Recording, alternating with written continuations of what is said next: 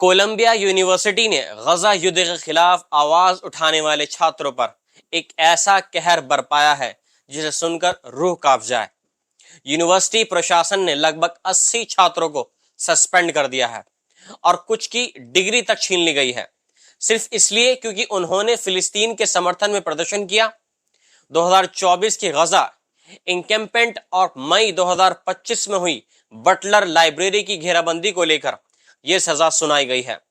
छात्रों का कसूर बस इतना था कि उन्होंने गजा में हो रहे नरसंहार और भूखमरी के खिलाफ आवाज उठाई।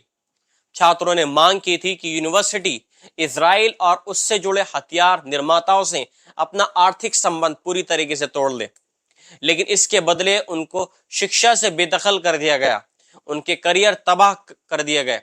कोलंबिया यूनिवर्सिटी के इस क्रूर फैसले के पीछे अमेरिकी राजनीति का सीधा दखल भी माना जा रहा है। ट्रंप प्रशासन ने यूनिवर्सिटी की $400 मिलियन की फंडिंग रोकने की धमकी दी थी, ये आरोप लगाकर कि यूनिवर्सिटी यहूदी छात्रों को सुरक्षा नहीं दे पा रही है। इसी दबाव में छात्रों की आवाज को बेरहमी से दबा दिया गया। CUAD यानी कोलंबिया यूनिवर्सिटी एप्थ्रिड डाइवेस्ट नामक छात्र समूह ने कहा है, ये सजाएं इतिहास में पहले हमने कभी नहीं देखी। हम नहीं रुकेंगे, फिलिस्तीन की आजादी की लड़ाई हम ऐसे ही जारी रखेंगे। इसी दौरान गजा में हालात और भी बद से बदतर होते जा रहे हैं। अब तक 101 लोग भूख से मर चुके हैं, जिसमें 80 बच्चे शामिल हैं। केवल मंगलवार को 15 लोगों ने दम तोड़ दिया है, जिनमें एक 6 हफ्ते का बच्चा भी शामिल था। ये मौतें केवल भूख से नहीं हो रही हैं, बल्कि उन सहायता केंद्रों के बाहर भी हो रही हैं जिन्हें इजरायली सेना ने निशाना बनाया है। यूएन का दावा है कि सिर्फ मई से अब तक 1000 से अधिक फिलिस्तीनियों को उस वक्त गोली मार दी गई जब वे खाना लेने लाइनों में लगे हुए थे। अंतरराष्ट्रीय एजेंसियां जैसे फॉक्सवैन और AFP अब खुलकर इजराइल पर भूखमरी का हथियार बनाने का आरोप लगा रहे हैं। AFP ने अपने पत्रकारों को निकालने की मांग की है, क्योंकि वे भूख से मरने की कगार पर पहुंच चुके हैं।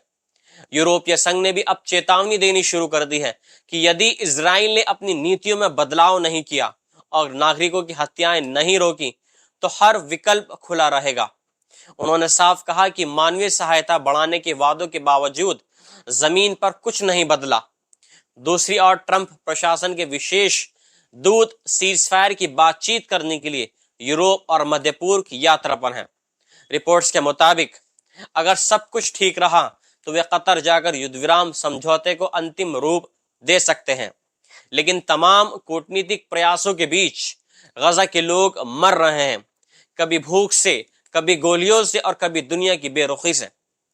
और इन छात्रों को, जिन्होंने आवाजों को अमेरिका में जिंदा रखने की कोशिश की, उन्हें उनकी जिंदगी की सबसे बड़ी सजा दी जा रही है। ये सिर्फ छात्रों की लड़ाई नहीं, ये उस इंसानियत की लड़ाई है जो आज जिंदा रहने के लिए छटपटा रही है, चाहे वो गजा में हो या न्यूयॉर्क की किसी यूनिवर्सिटी में।